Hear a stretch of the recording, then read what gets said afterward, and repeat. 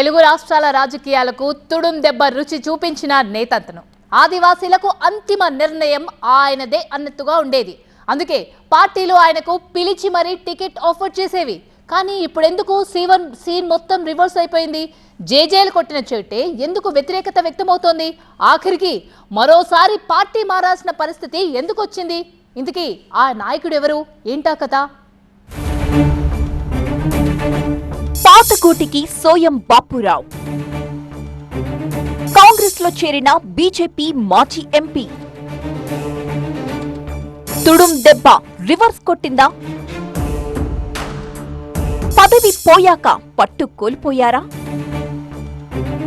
నిన్న మొన్నటిదాకా fire brand గా రాజకీయాలు చేసిన ఆదిలాబాద్ ఆదివాసీ నాయకుడు మాజీ ఎంపీ సోయం బాపురావు మరోసారి కండువా మార్చడం రాజకీయంగా చర్చనీయాంశమవుతోంది. ఉమ్మడి రాష్ట్రం నుంచి ఆదివాసీలకు నాయకుడిగా వ్యవహరిస్తూ వచ్చిన ఆయన ఎమ్మెల్యే, ఎంపీగా చట్టసభల్లో ప్రాతినిధ్యం వహించారు. అప్పట్లో ఆయన ఏది మాట్లాడినా సంచలనమే, ఏం చేసినా సంచలనమే అన్నట్టుగా ఉండేది వ్యవహారం. సొంత సామాజిక వర్గానికైతే ఆయన చెప్పిందే వేదం, చేసిందే శాసనం అన్నట్టుగా ఉండేది. తుడుం దెబ్బ ప్రతినిధిగా చూపిన దూకుడే ఆయన్ని రాజకీయాల్లో క్రియాశీలకంగా చేసింది. 2004లో బోత్ ఎమ్మెల్యేగా నేటి బీఆర్ఎస్ అలియాస్ నాటి టీఆర్ఎస్ తరపున విజయం సాధించిన సోయం ఆ తరువాత పొలిటికల్ గా దారులు మార్చినా తన పట్టు మాత్రం కోల్పోలేదు.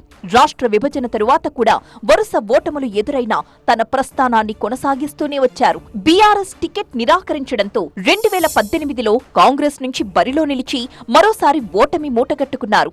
ఆ తర్వాత వెంటనే 2019 పార్లమెంట్ ఎన్నికల్లో బీజేపీ తరపున ఆదిలాబాద్ ఎంపీగా బరిలో నిలిచి సంచలన విజయాన్ని నమోదు చేశారు సోయం. అదే స్పీడ్తో బీజేపీ హైకమాండ్ కి కూడా దగ్గరయ్యారు. కానీ కీలకమైన తుడుం దెబ్బకు దూరమైపోయారు.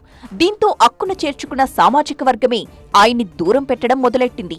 ఎంత వేగంగా పైకెదిగారో ఆ తరువాత అంతే వేగంగా కిందకు దిగాల్సొచ్చింది సోయం బాపురావు.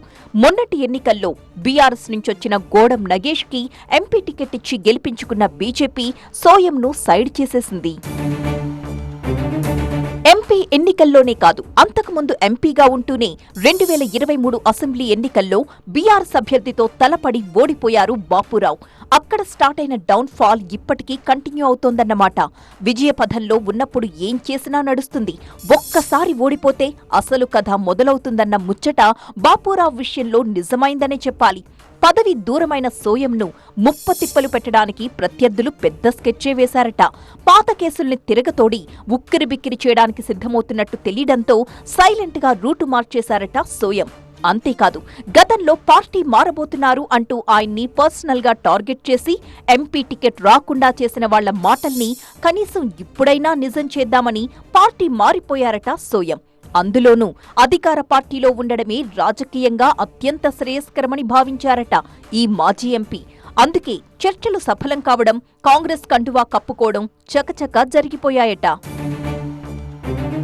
ఎన్నికల టైంలోనే సోయంను లాగేసుంటే ఆదిలాబాద్ ఎంపీ స్థానాన్ని కైవసం చేసుకునేవాళ్లమని కాంగ్రెస్ కూడా భావిస్తోందట.